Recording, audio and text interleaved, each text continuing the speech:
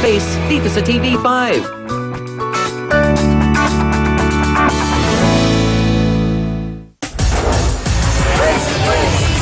Type nga daw kasi ni Roma si Omon dahil mabait siya. Ang tanong, sinamantala mo ang kabaitan na ito ni Solomon. Roma, diretsa ang tanong. Alam mo na may Jennifer. Apo. Siyempre, alam niya, kapitbahay ko siya eh. Alam mo na 7 taon na silang nagsasama. Opo. Alam mo na may anak. Opo. Ano nangyari? Eh, nagustuhan ko kasi mo eh. Ay, gano'n na ba ngayon? Kapag ka may gusto, kahit na may masasagasaan tayo, okay lang? Okay lang po yun sa akin. Ah, okay lang. Talaga kasi ano ka eh. Ha? Okay lang po kayo, ha? So, yung pagpapabuhat mo ng balde nung araw na yon, sinadya mo talaga. Pinlano mo yon. Opo. Nung araw na yon, magpakalasing o lasing-lasingan lang? Hindi po talaga po lasing ako nung nag-inom ako nun.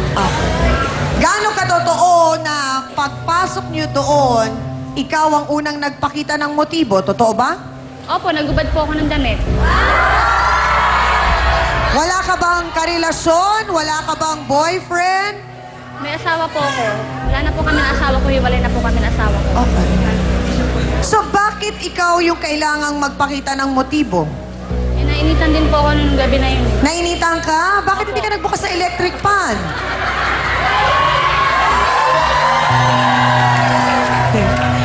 O, di kaya ibinuhos mo yung balde ng tubig sa katawan mo nang nalamigan ka. Hindi, mas gusto kasi mo na lang yung anuin ko. Ang tanong, Roma, electric fan ba si Oman? Parang gano'n rin ako, direct fan. Oh, siya ang nagbigay hangin sa'yo. Yung bang unang pagkakataon na nagkadaupang palad kayo ni Oman? Wala pong nangyari, half body lang po, hanggang pababa. Kahit na half body yun!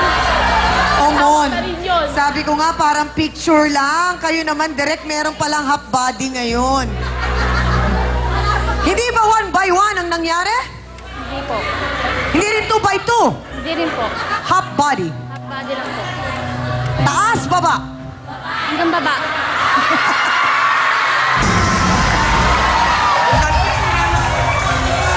Iba't iba ang reaksyon ng mga kababaihan dito, Doktora. Paano nga ba kasi, Doktora, kung parang ang dating ay paulit-ulit na itong si Solomon, hindi na siya natututo by Gary V, sabi nga nila, paano ba malalaman ni Solomon na this time, seryoso na talaga si Jennifer doon sa kanyang sama ng loob at galit sa mga ginagawa niya? Unang-una, no, Chang, pag nakikita mong paulit-ulit na, tapos sasabihin mo na nagsasama na lang kayo para sa inyong anak, di ba parang ikaw na mismo bilang ama ang nagtuturo ng mali dun sa bata? Dahil nakikita kung sino-sino ang karelasyon eh. Eventually, yung 6 years old na yan, makikita bakit umiiyak ang kanyang nanay. Yun ang palagi itatanong eh. Hindi mo naman pa pwede sabihin na, anak, kaya ako umiiyak kasi yung tatay mo may iba.